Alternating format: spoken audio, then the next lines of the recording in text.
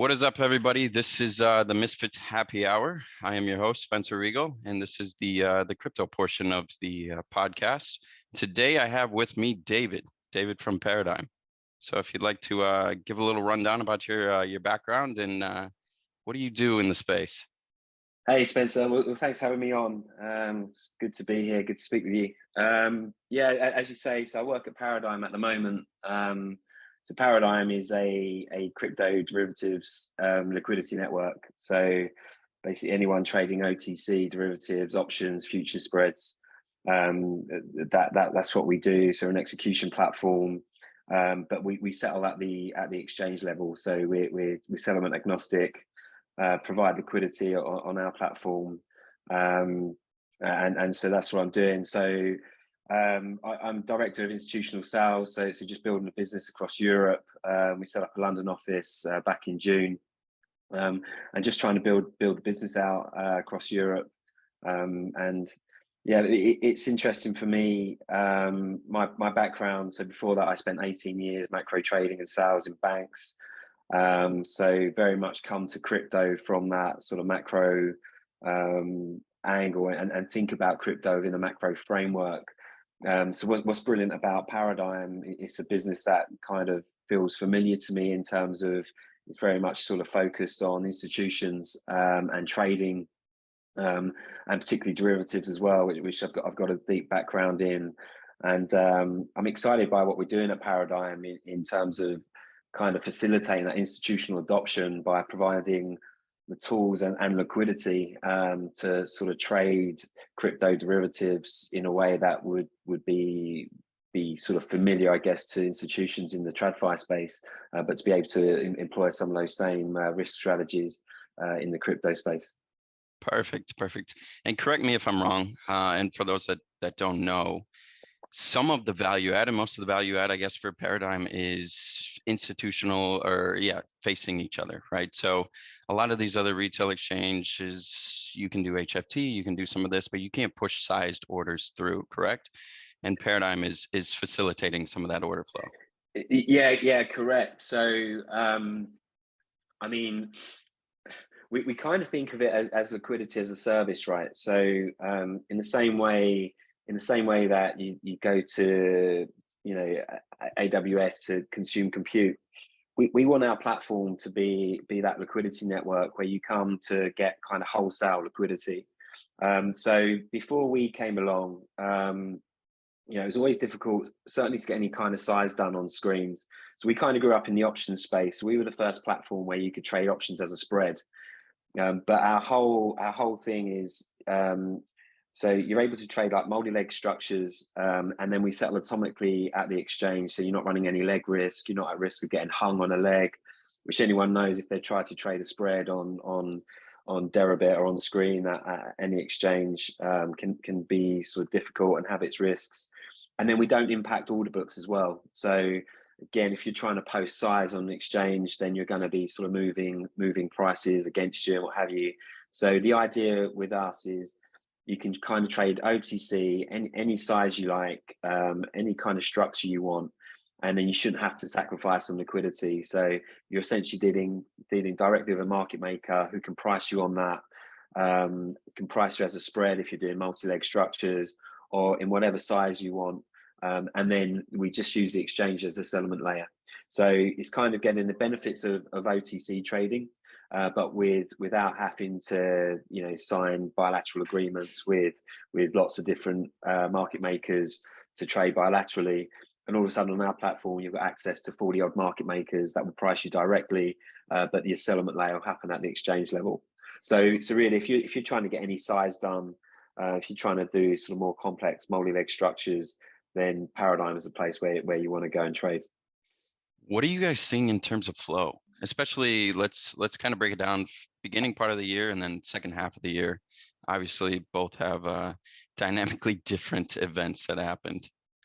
Yeah, I mean, if you look at how our flows were progressing, throughout the year, I mean, wow, we were on like a kind of exponential trajectory in terms of our option flows, and then also And then we launched a future spread product, where again, the idea on our future spreads is that you can trade spreads. So perpetual against a dated future, futures, spot against perpetual. So you can do those sort of funding and basis trades on a one-click spread. So again, without sort of running any leg risk.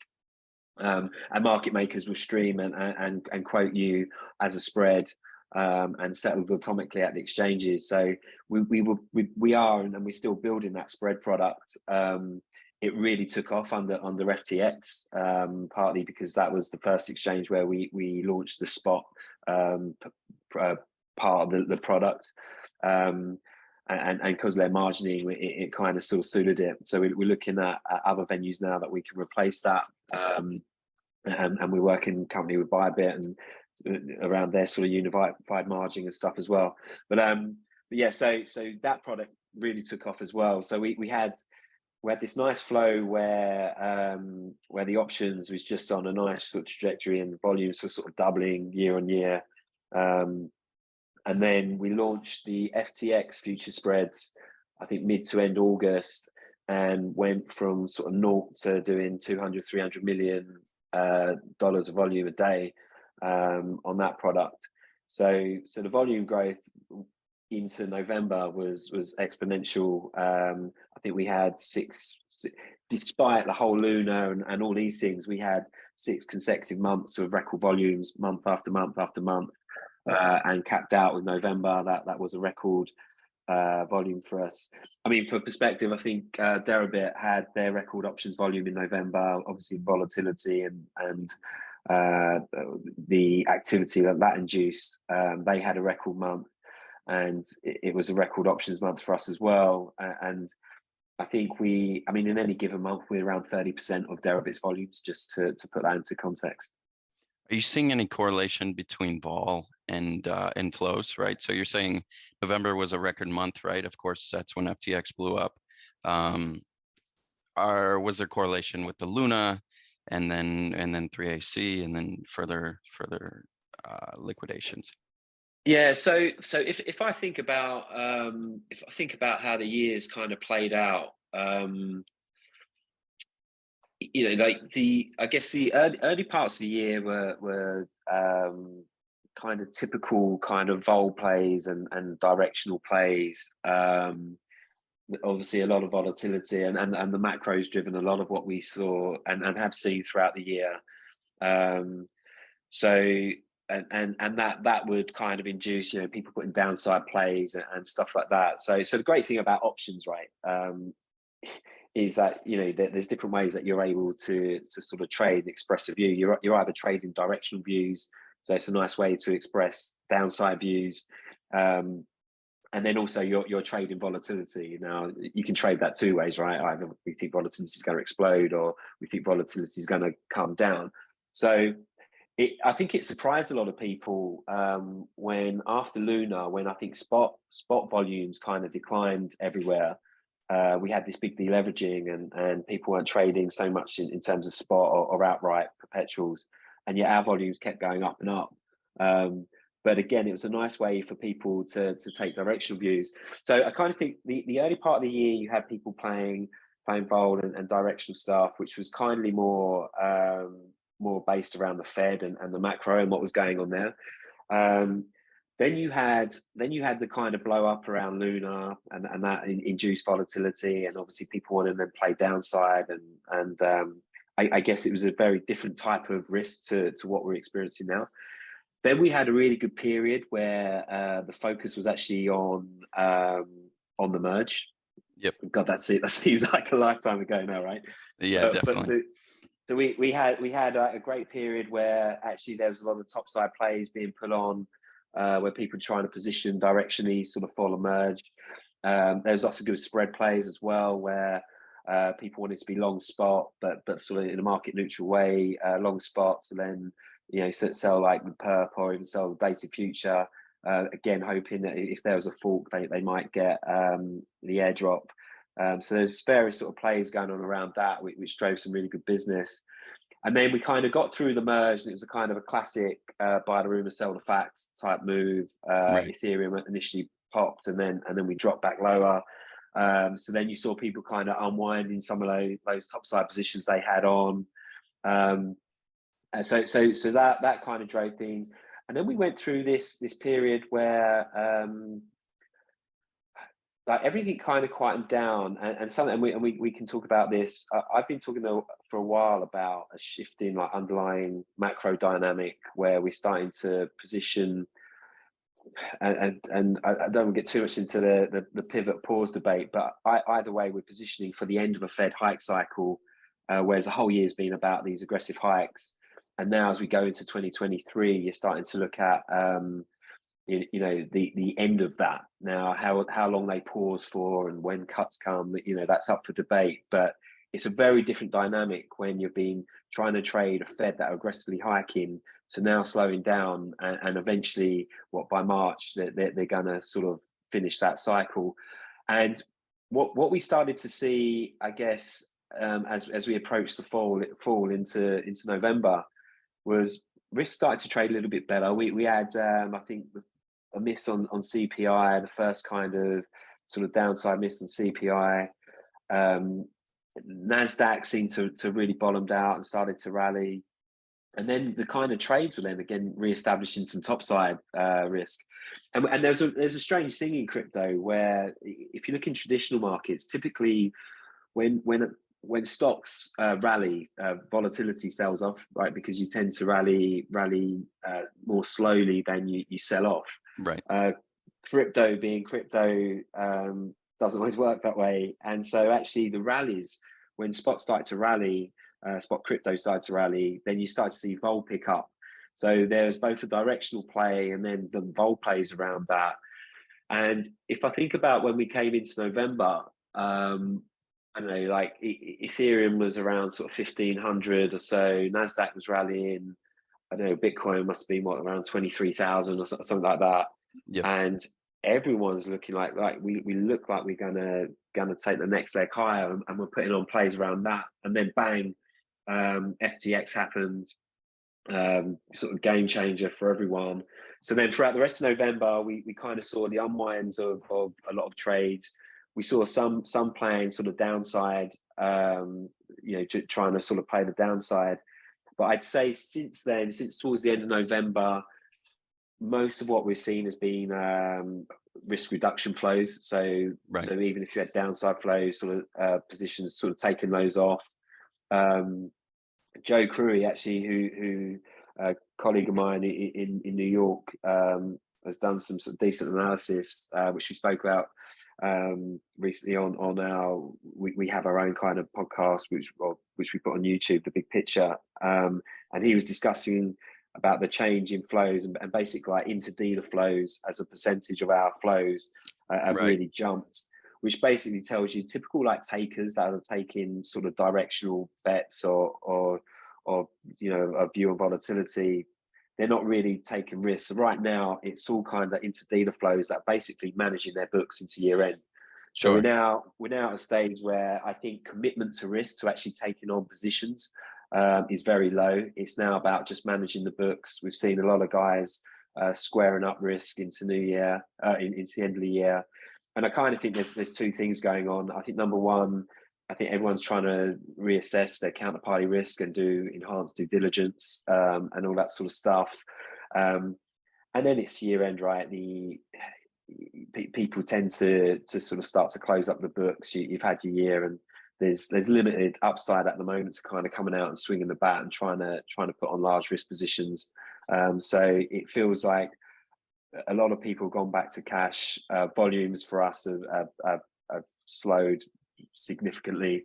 I think it's partly whilst people are trying to get their heads around the sort of credit and counterparty risk, but also a big part of it is just it's been a bruising year for so many people. Let's just close the books and hopefully we see everyone go again in January. Definitely. I mean, you can see it in the vol markets, right? Like all of these events, FOMC, CPI, the market is so quick to sell the shorter dated contracts that market makers step out of the way in a matter of hours. And then these things reprice right back down to what, 30, 33, 34% in some of these shorter dated. So I mean, it's unreal, right? If I'd said to you when FTX was blowing up early November that we'd now be at the lows for the year in volatility, both realized and implied, you'd be like, that's crazy, right? And not only that, you've got the Fed and all the things that they're doing, and there's so much sort of risk out there. It's unbelievable that that vols are so low right now. But I think there's a couple of things behind that. I actually think the big deleveraging happened in the space post Luna back in the summer. Yep. So I think from a spot perspective, a lot of the big deleveraging happened after that event, and that was where most of the pain was felt. Obviously, FTX has been a new sort of wave of pain, but I kind of don't think that there's so much leverage in the system. I also think without FTX, that was a nice way to short markets. I think it's harder to short markets now. Obviously, there's been a FUD around Binance at the moment. So again, I don't think people are actively putting on the leverage to short markets. So spot volatility's kind of died. So that kind of realized volatility's died, and then the implieds have kind of gone with it. And it's difficult because everyone wants to kind of try and catch the falling knife of vol, if you like. But then you kind of suffering paper cuts the whole time. You kind of you can die from 1,000 paper cuts because you're just bleeding that theta, and volatility just kind of keeps drifting lower and lower and lower. So it's a really difficult one to buy right now. At the same time, no one really wants to sell it, and I kind of think that's why we're just in that constant little drift lower in volatility. Right. All right. So 2 weeks left in the year, roughly. You think everybody's pretty much packed up shop? We're waiting until Jan 1 to start putting risks back on, or do you think people are going to start front running? No, it feels to me that everyone's packed up for the year. Certainly conversation I've had, and again, I think that's enhanced by the fact that a lot of conversations we're having, guys saying that we're also doing our enhanced due diligence, looking for other ways to kind of manage counterparty risk, be it through prime broker type routes or other solutions that are out there. So yeah, it feels like most have kind of gone to cash, closed up for Christmas, and then hopefully we'll see them sort of come out in the new year and start to commit new risk. Because the other thing I will say, Spencer, is people I'm talking to are also seeing big opportunities out there as well. Right. So it's not like they're not seeing opportunities to trade and make money. It's just kind of now's maybe not the time for them to do it, but they're definitely sort of sniffing out and eyeing up some decent opportunities out there. And again, particularly with these sort of vol levels, there's some really sort of decent plays. The only thing we have seen that's been a little bit more actually putting on some risk is we've seen a little bit of putting on some downside protection over the basically period between Christmas and New Year. Right. Which kind of makes sense, right? To hedge if there is something that goes on and illiquid markets and I know Bitcoin blows up. So we have seen some putting on some downside hedges, but it's more hedging rather than sort of taking more directional or active risk, if you like. Right. All right, let's touch on your views a little bit, right? So you've been a little bit outspoken about the macro view, and I do want to touch on kind of your past, but we can go to that in the future. But you're calling for the pause and potentially the bottom of crypto. Is that correct? Or have those views changed after this terminal rate on the dot plot have surprised a bit? No, they haven't changed. Hasn't changed at all, and. So yeah, I say my view is coming into this year, if I was looking at things, I'm very much of the view, right? Like particularly traditional markets and macro, we're a function of rates and liquidity, right? So like if I was to give someone a very broad sort of macro view on the world, I would say that when the Fed are hiking rates and taking liquidity out of the system, probably every risk asset's going to get blown up. When they're cutting rates, or when rates are coming low and yields are coming lower and liquidity is being added to the system, then risk assets typically trade quite well. So I kind of think you're trading these liquidity and rate cycles and that's key to our markets. And I think it's been that way really since post '08, when central banks intervened and kind of made it about liquidity and essentially artificially propped up asset prices, because that was the collateral underpinning the whole financial system. And I kind of think once you're in that game, then you can never really sort of come out. So the game that we need to play is this liquidity game and liquidity flows. And ultimately, I think that kind of drives everything. So this year, we've seen obviously most aggressive Fed hiking cycle in all recorded history. Huge tightening as well, not just coming from the Fed, be it coming from the spike we had in oil, and then like the dollar rallying, the dollar wrecking ball, which kind of sucks liquidity out of all parts of both the global economy and markets. And you just had this big drain of liquidity, central banks everywhere hiking rates. And as we move into the new year, I kind of think that process is starting to slow. We've already seen a lot of central banks slow the hiking process. Even the Fed have stepped down from 75 to 50, and nearing the end of that process. I also think the liquidity withdrawal is kind of potentially bottomed out, partly because I think the dollar's probably topped out a bit, which is going to be a part of that. There's also others have done, sort of charted some good charts in terms of looking at looking at the business cycle bottoming out, and the signal by like ISM surveys and stuff like that, and then how that sort of ties in with M2 money supply. So that rate of change seems to be turning. You've got like China that are now injecting liquidity again. So the credit impulse in China is something that I've always sort of monitored from a macro side of things. And typically the global economy actually reacts about nine months after China start injecting liquidity.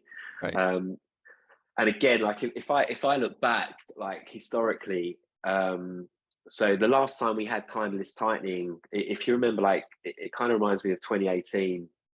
And towards the end, so 2018, right? I don't think there was an asset class that was positive, right? The Fed were hiking, they were doing QT and all this stuff, and pretty much every asset class returned negative that month, that year. And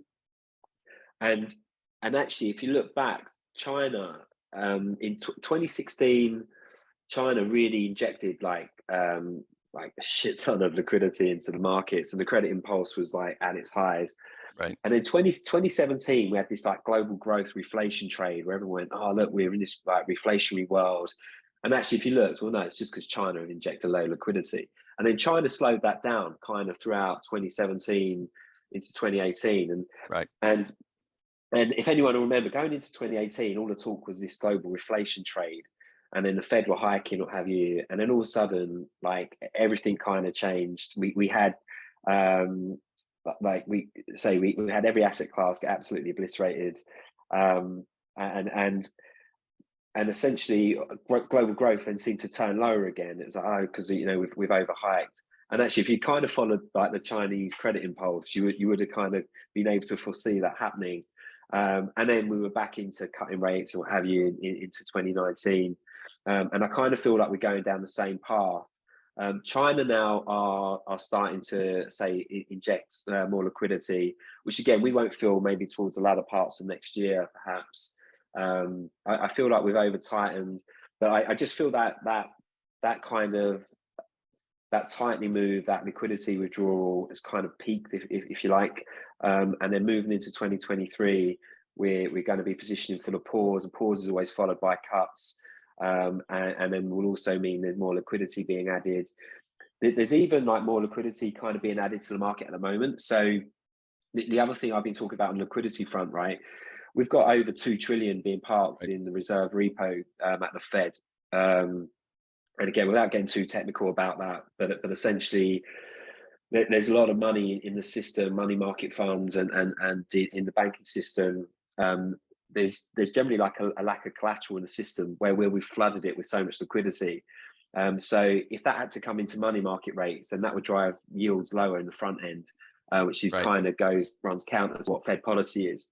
So therefore the Fed then they sort of use a reserve repo as an alternative. So and that'll keep a floor on rates. So there's a lot of money parked in there. There's over $2 trillion every night that goes into that. Now, as money market rates and front end rates are coming up, you're starting to see that money sort of come back into the market. So there's kind of liquidity starting to flow back into the market. We've got about 2 trillion of this that could come out. Oh, yeah. So that's starting to happen because of where sort of front end rates are, and that's quite a powerful offset to QT. You've also got sort of coming up to the whole debt ceiling and the debates around that.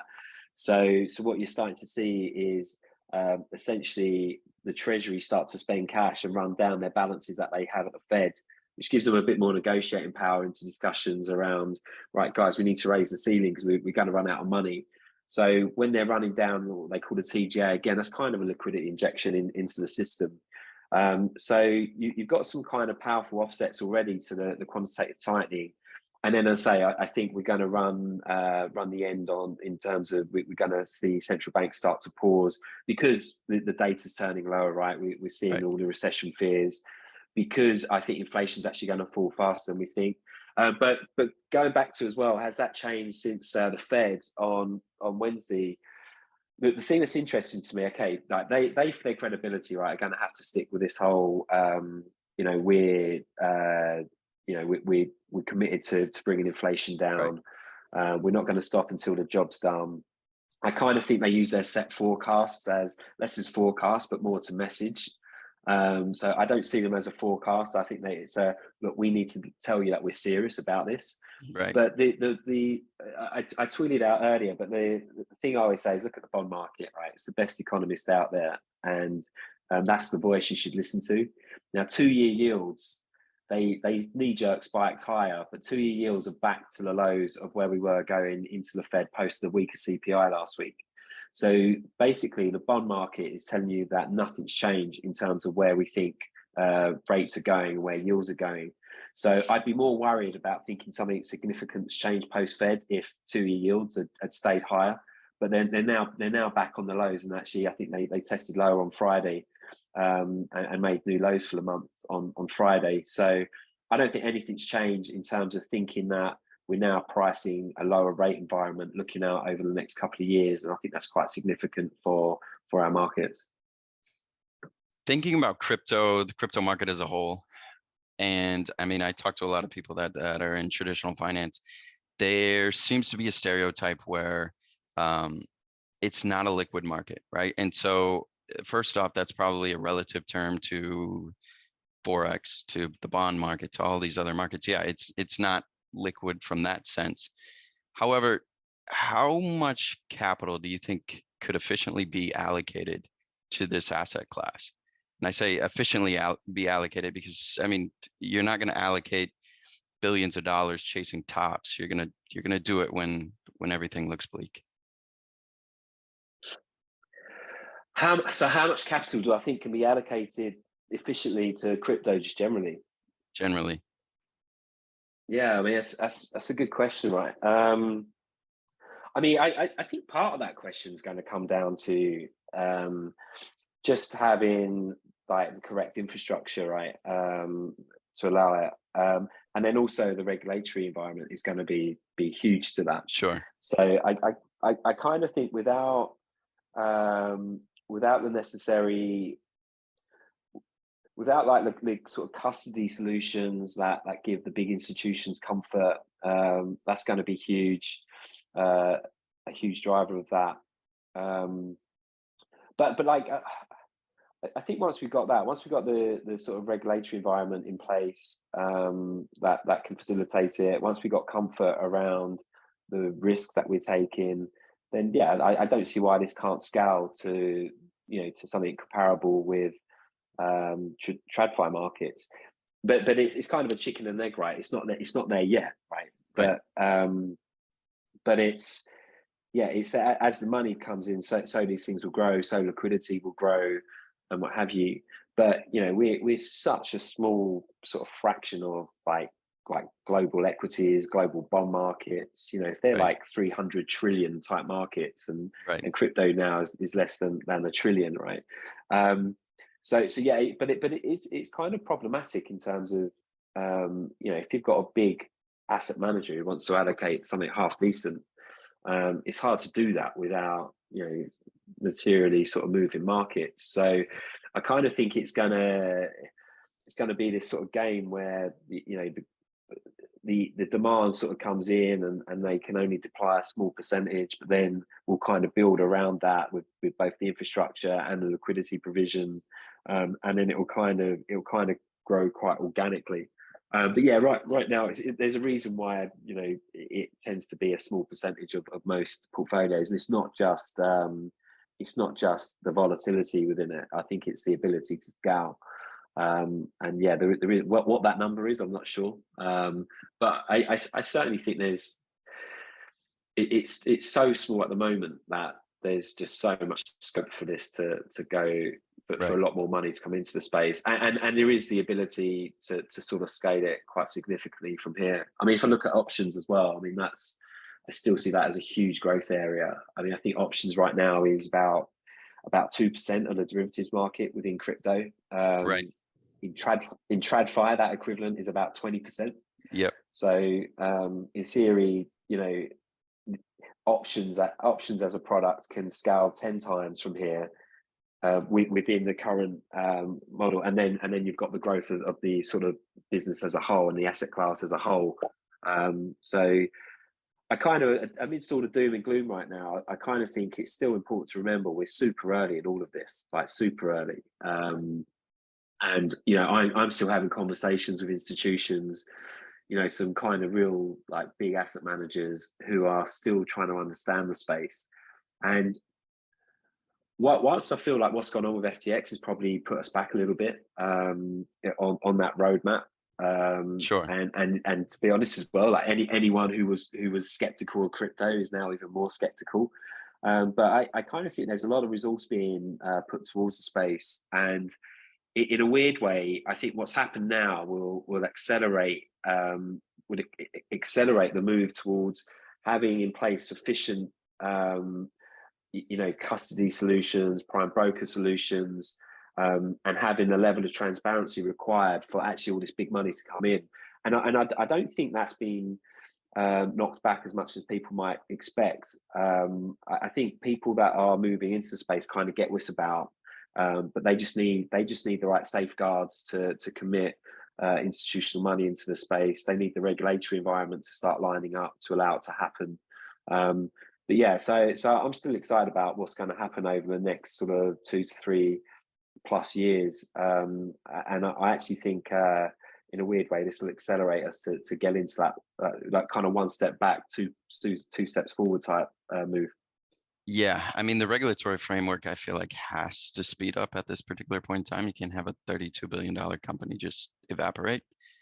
As far as custody solutions for getting onto these exchanges without really having counterpart risk, what are you seeing in terms of the best options?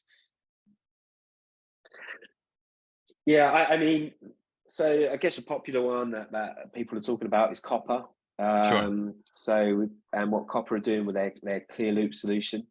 So the idea that you can kind of trade on exchanges, but the collateral's locked up at Copper and with their sort of custody solution. So obviously that is, if we'd had that with FTX, then FTX wouldn't have been able to touch your funds to sort of do what they were doing. So I think Copper seems to be a popular one that people are looking at.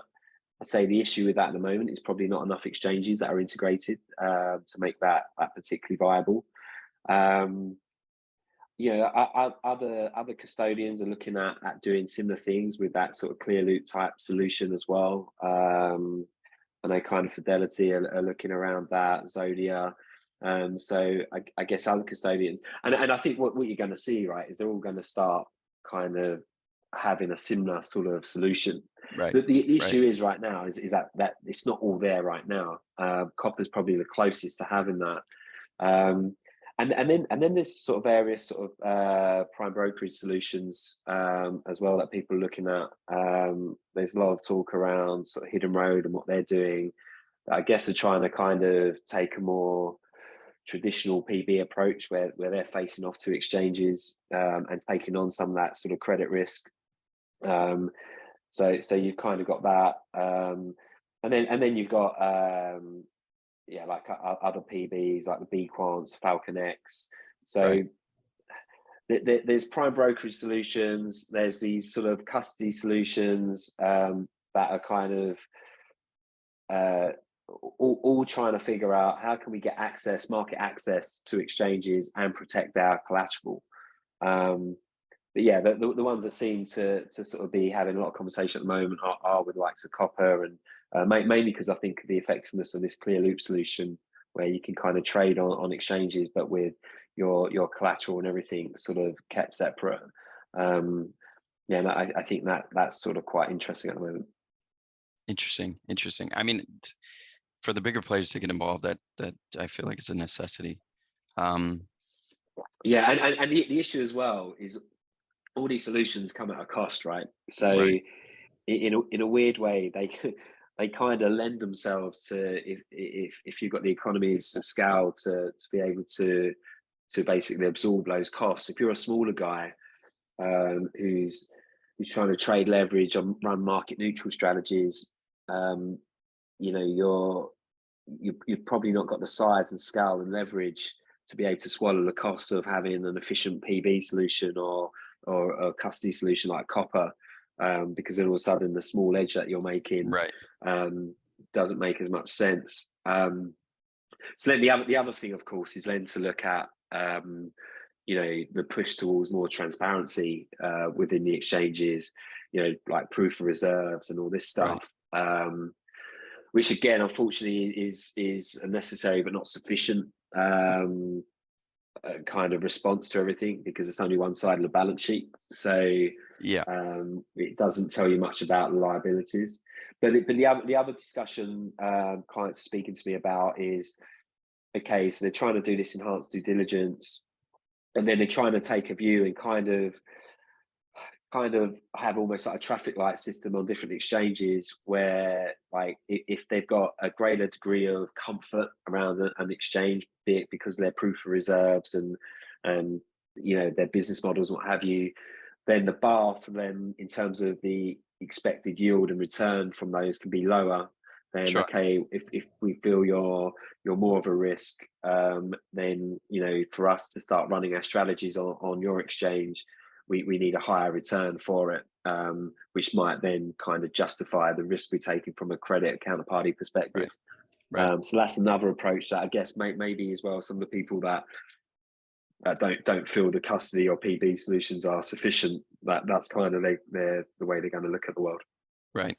So this is what I hear, right? So there's a lot of problems that need to be solved in the space, and I think that's compensated with the rewards that are also generated from this asset class, right? So as these problems, and if you become a player that solves these problems, you're going to be rewarded probably linearly with that solution. Now, as those problems get solved, the alpha probably diminishes in the space. Liquidity tightens, spreads come in. I mean, for instance, after the Alameda FTX, the basis on the CMEs blew out to 3.5%, I think, on front month futures. Are you seeing, in terms of flow, are you seeing a flight towards quality, meaning a CME, which is a transparent venue being trusted for years, versus some of these other exchanges that are maybe less transparent and have less of a history? Yeah, 100%. So we're integrated as well with the CME. So again, you can find liquidity in us, and CME is a settlement venue with Paradigm. I barely saw a trade sort of go through us to settle via CME over the last sort of 6 months or so, and then in the last month, I'd probably see more activity and demand for that than we've seen again in the whole, since we've been integrated with the CME. Right. So definitely now people are looking at the CME as a more viable venue, and again. I think one of the issues is that it's seen that perhaps liquidity is not quite there, which Paradigm can help with, and again we can start to create liquidity, which again is like the nice thing about our business model, right? we're agnostic to settlement venue, and we are a liquidity network where you can come and find a liquidity, and we can start to kind of direct and flow more liquidity that way. So yeah, we're definitely seeing that. I guess the problem with CME is, again, it's quite like capital inefficient. Right. Right. But then in terms of like the margin and what have you that you have to put down to be able to trade by like your FCM on the CME. But again, I think there's trade-offs in all this, right? So before that was okay, this is really capital inefficient, and I get better yield and return and better capital efficiency by trading on these unregulated exchanges. Now, Right. I guess once you lose all your money on an exchange, you go, okay, that may be a price worth paying. Sure. And so yeah, we are definitely seeing more interest to push towards CME, and we've actually seen more sort of volume than I've seen. We've probably seen more in the last few weeks than we've seen in the whole year going on CME. A lot of conversations that I used to have and continue to still have is there needs to be a consolidation of exchanges. Of course, I didn't think FTX was going to be the one. Where do you see 5 years from now in terms of the exchange business? Yeah, I mean, it kind of it sits uncomfortably, doesn't it, in a world and in a product that is so focused around decentralization, to think that we're going to move towards sort of more centralization of Sure. exchanges. I mean, where I'd like to see the world go, and clearly right now, like, you know, Binance is now taking the lion's share of everything, and that becomes a risk, and now there's lots of fun even around Binance. So it feels like it'll lend itself towards, you know, a few big exchanges. Where I'd like to see it go is actually, yeah, have more exchanges, you know. And again, from a paradigm perspective, the idea should be that, yeah, and the more that we have these sort of PB and custody solutions that can facilitate efficient trade across various exchanges, then kind of the idea in my head would be that we get to a place where, okay, we want to manage and spread out our counterparty risk, but I don't want to necessarily sacrifice liquidity. Right. So Right. That kind of fits into our business model as being settlement agnostic. You find the liquidity you want on our platform on a paradigm, where that is like the wholesale sort of liquidity, Right. where you come to find that, but then you can settle across various different settlement venues. And I'm quite optimistic that maybe we actually get to that in the next sort of 5 years, that we get to that world where we have somewhere like Paradigm where you find your liquidity, and then there's lots of exchanges where you'd sell it across. So I'd like to think that would go that way. I think we're going to need, say, that efficient PB solution or custody solution that people can efficiently manage their collateral across the exchange, because that's the big thing that stops that right now. So if we can find those solutions that allow capital efficiency across lots of exchanges, then I think we'll have quite a few exchanges, and that's probably for me the better solution. Right now, it does feel like we're going to go more towards, you know, a few big guys are standing. Right. I also think as well, like, in terms of the centralized exchanges, I still think as well, by the way, I mean, one of the interesting developments post FTX has been actually, you know, the increased volumes on DeFi. So I think if you're an unregulated fund, there's going to be more business that goes on DeFi, and that's quite exciting in itself. Right. But the problem with that, if you're more of a regulated institution, is the whole KYC, AML Right. type Right. access to that. So I'd like to see more work done around that in terms of sort of zero knowledge proof and stuff like that, to allow people to get access to the decentralized exchanges. But I guess before that, like, I kind of think like exchanges are going to become, and certainly when the regulator gets more involved, they're just going to become quite boring, right?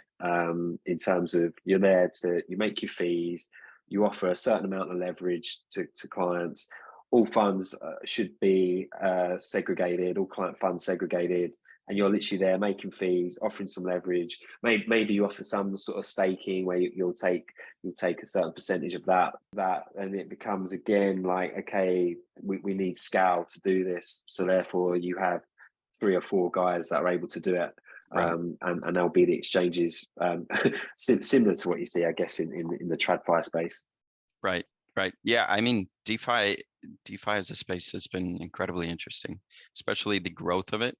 And then it just makes sense after watching 2008, after watching what has now been 2022 in the crypto space.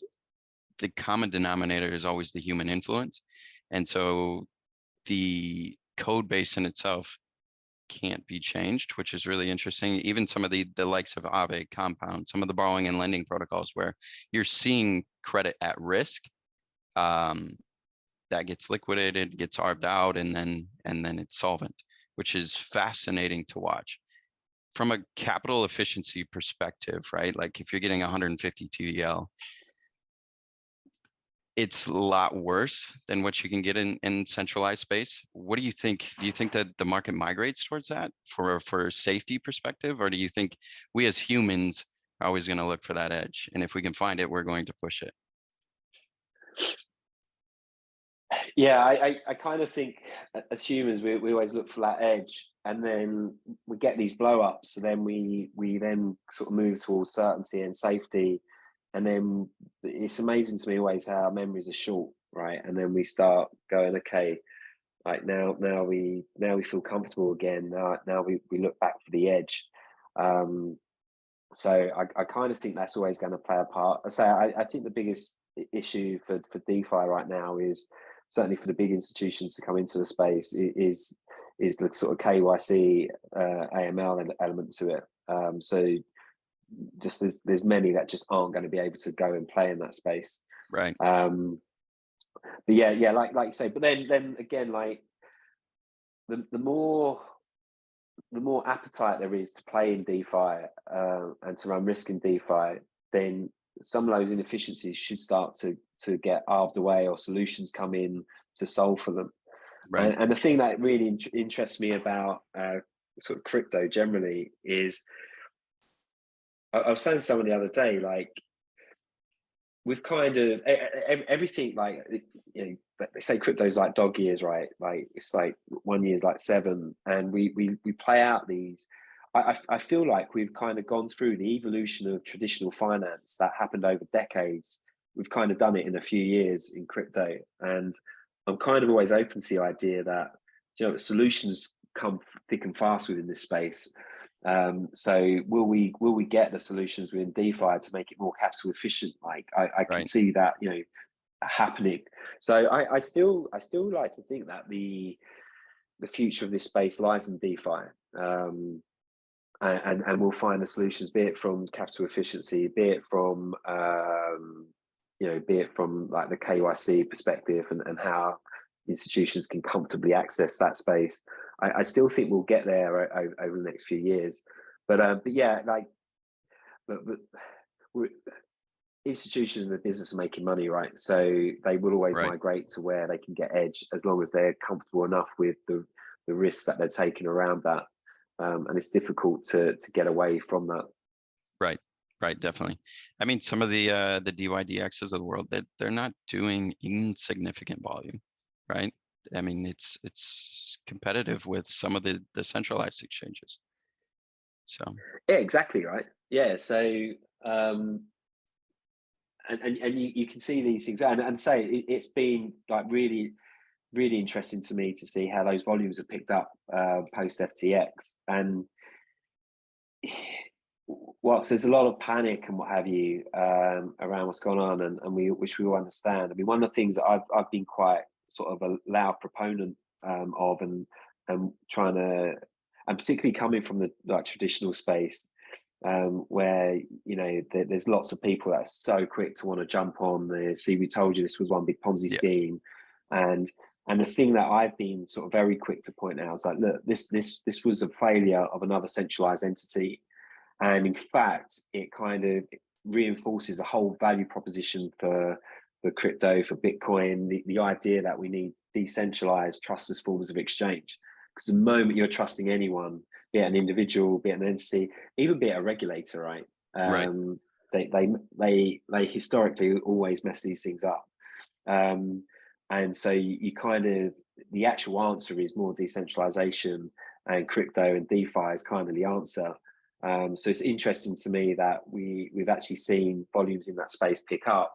And yeah, I kind of think maybe the institutions need to do a lot more work around making that work, rather than let's try and make the centralized exchanges better regulated and address those problems. Maybe we should actually be looking at how do we make DeFi more accessible to big institutions? How do we solve for some of the capital inefficiencies? But like you say, I mean, it's there's already some pretty decent volumes going through that space, so it's not insignificant at the moment. I think one thing that's like super fascinating and a really good use case for NFTs, the buzzword NFTs, but is using it as a token, right? As collateral, right? So you're pulling it out, using it in a different pool. And so let's say this underlying token represents a short vol position, then you can use that short vol position to lever up in long delta, or do some other kind of strategies that normally you wouldn't be able to do in DeFi. So I think the progression is there. It's just so new, right? And DYDX with their layer 2 solution and their stockware, it's fascinating how they're able to do some of those some of that speed to cut out that latency and create their order book, which I thought was going to be take 10 times longer than what it has. So yeah, and the other kind of friction that I see is particularly with some of like the more traditional type of funds that are all wanting to get into crypto, is like it's just having the tech like to deal with it yourselves, or the tech knowledge. I mean, I think what's going to be difficult for some of these places, if I think about when my time from working in a bank, like the way they tend to work is they've probably got like core like legacy systems that they still run on from oh yeah, from decades ago, and then we get like a new system come in that we want to start using, a new risk system, and they kind of just bolt it on, right? And it all kind of yeah. feeds back into the same risk system, and you kind of feel these places kind of then go, okay, if they're trying to deal with DeFi, right, how are we gonna plug that into our current system? Oh And yeah. it just feels like that's just not going to work, right? You're going to need to completely redesign this, rethink this. So it's going to certainly suit like the more crypto native type funds that are just going to be more naturally geared towards that. And I just think like the big guys, if they come in, you know, they're going to have to just start again in some ways in terms of how they're doing these things. But again, it's amazing. It's amazing, like how quickly we seem to be adapting, and solutions being found, and like you say, addressing these issues of latency and what have you. And we quickly, you know, just finding the solutions to this stuff. It'd just be nice to get maybe some of the bigger pools of capital that could maybe, yeah, like help us scale this stuff and get them more quickly come into it. But there's that friction between kind of how they probably want to do it, and then how the sort of more crypto natives are looking at the world and going, we can see the solutions, we know how we can do it. We just need the capital to do it. Right. Yeah. I mean, first off, if you pull up any trading platform, traditional trading platform, it looks like a worse version of a government website. So it's just like so basic. And so there's going to be a learning curve. And I've had a lot of conversations with people saying, hey, here's the alpha, and there's still a disconnect there. But I think it'll come, right? At the end of the day, everybody's in the same business to make money. So if they can see a way to make money, then the capital will follow. It'll take some time. And I think trust, especially in this period in time, is going to be key. And as an industry, we're going to have to really rebuild that trust. But the players that are still standing are going to be the players that probably progress this space a lot further. So yeah, and yeah, like completely. And a phrase that I like to use is it's the Bill Gates saying, right? So Bill Gates said, like, most people overestimate what they'll achieve in 1 year, but underestimate what they'll achieve in 10. And Sure. I think that's exactly how I see the crypto world. Like, particularly those of us in the game that just see all the potential. We probably all overestimate where we'll be in 1 year, but even the most optimistic of us probably underestimate where this space will be in 10. Because there's, we can only kind of think about it within the paradigm of what we know right now, but there's going to be so many new things that come into play that make new things possible. So yeah, I'm kind of think in the next 10 years, this space will look so different to what anyone can imagine right now, and also it'll probably be better than what we can imagine, and the solutions will be there, and yeah, we will get there. Definitely. I mean, it's this space I do think moves in dog years, if we want to use that quote. All right, last question for you, because I mean, talk to your past a little bit. You started in traditional finance. What year did you start in? So I graduated in 2003. Okay. I actually started as an economist in government, so I worked for the Government Economic Service. All right. I hated it. Realized quite quickly my interest in economics was sort of macro and the interaction with finance and financial markets. So then I moved into the private sector, moved into banking, was at various banks, sort of most of the sort of large investment banks. I started at RBS and ended up at Lehman's, and I was on the rate side.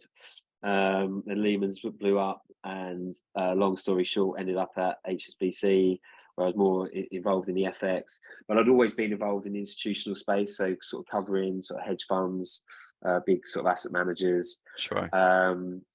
And I kind of always had like this pseudo role between sales, strategy, and trading. So most recently, I was at Royal Bank of Canada, and I was at Macro FX, sales and trading.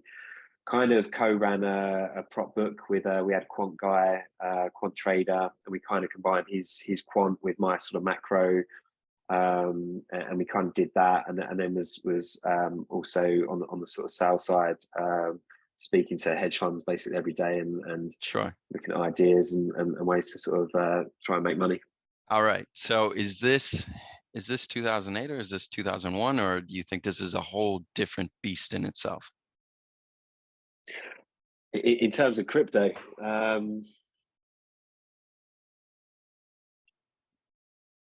yeah, I probably liken. I mean, it's funny. So the whole like is FTX our Lehman moment. I think the better comparisons are like MF Global when that blew up, and maybe shades of Enron as well. Right. I don't actually, and it's funny working with people, some of the younger guys I work with who are like, oh, is this what Lehman's was like? I'm like, Lehman's was magnitude scarier in terms of the, you're talking about the size of that space, right? Just Oh yeah. on, you realize crypto is tiny, right? Yep.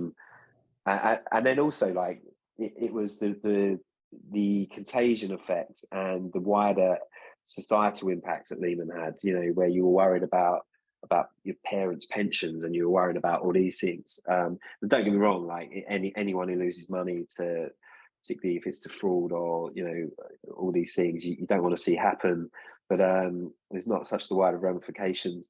So I don't feel it's a 2008 moment. I feel more 2001 Okay. in terms of dot-com blowing up. There was a lot of shitty projects around .com, and everyone was putting out things that had a .com on it, and was making money and was able to raise money. And then that blew up, ironically as well, because of what rates were doing, and Right. the kind of liquidity tide went out. All the rubbish projects blew up, and we had the .com crash. And then the one thing, like when people see, crypto is just .com, I'm like, yeah, but let's not forget, from that period, the biggest companies in the world emerged, right? And I think from this period in crypto, the biggest companies in the world are going to emerge from this space in the next sort of 10 years or so. And we're going to see all the kind of rubbish projects that there was no real no real sort of value behind, no real utility behind. They're all just going to disappear. And then I actually think what will get left from this period will be the kind of stronger projects that actually offer real utility, real value, and it'll be from there that the space really grows. So yeah, it feels more 2001 as a period to me. But again, overlaying that, we've kind of gone through all the evolutions that traditional finance did, and made all those mistakes like straight off the bat. So it'll be interesting to see where we go over the next sort of year or two. 2001 with Microsoft existing, or 2001 Microsoft hasn't been created yet? Oh, good question. Yeah. Yeah, good question. Yeah, I think maybe 2001. Yeah, probably with. I mean, there's again like without. It's funny, like the whole you got your Bitcoin maxes and stuff like that. Like I'm not maxing anything in this space, by the way. Right. You know, like I just think the whole space phenomenal. Ironically, Bitcoin was what brought me into the space, because I came from the macro, and I had this whole thesis about Japanification of the Western world, and the idea that post Lehman's that we'd forever need larger central bank balance sheets, that would necessitate ever lower real rates, which essentially is going to debase fiat currency. I still hold that view despite this mini hike cycle that we're going through. I think it's going to be short-lived and reverses pretty quick. Fed balance sheet is still around 8 trillion. Oh yeah. I think they'll have very limited success in winding that down before it becomes 10 trillion, becomes 15 trillion, becomes 20 trillion. So that process is going to continue. But yeah, so then it became, what was the answer to it? And kind of Bitcoin became, okay, maybe we just migrate to a new kind of system. And then you start to see the protocols and platforms being built for the digital age. So right now, I was always more about Ethereum than I was Bitcoin. And I kind of still feel that. I'll usually, after a few drinks down the pub, I'll sort of casually throw out to people that Ethereum's going to be the most valuable asset in the world at some point. And I still stick by that. And I'm encouraged when I see, banks issuing bonds on the Ethereum network, and the stuff that's getting built on that. But again, I'm open to the idea that something else emerges again, and the way this space is, it allows for competition to emerge quite quickly. Right. But there is kind of a first mover advantage. So, like, is Ethereum Microsoft? Is it Amazon? These guys, I don't know. I kind of feel that maybe it is. But I also think the pace of innovation is so huge, and the possibilities within this space are so massive that, God, you've got to be open to something massive being out there that's not even being thought of yet. Sort of coming out over the next period, or seedlings of it, and we're all hoping that we're going to be in at the early stage. But I know I'm not good at that. I'll miss that.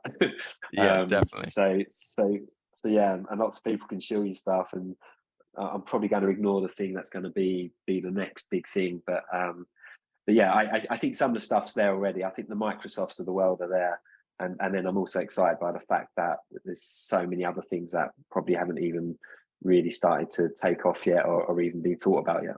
Definitely. All right, so we can wrap it up there. I'm sure we could talk forever about shop and talk. maybe grab a drink at the pub one night. But thanks for hopping on. And it was a blast. So yeah, cheers. Thanks for having me. It was good talking to you. All right. Thank you.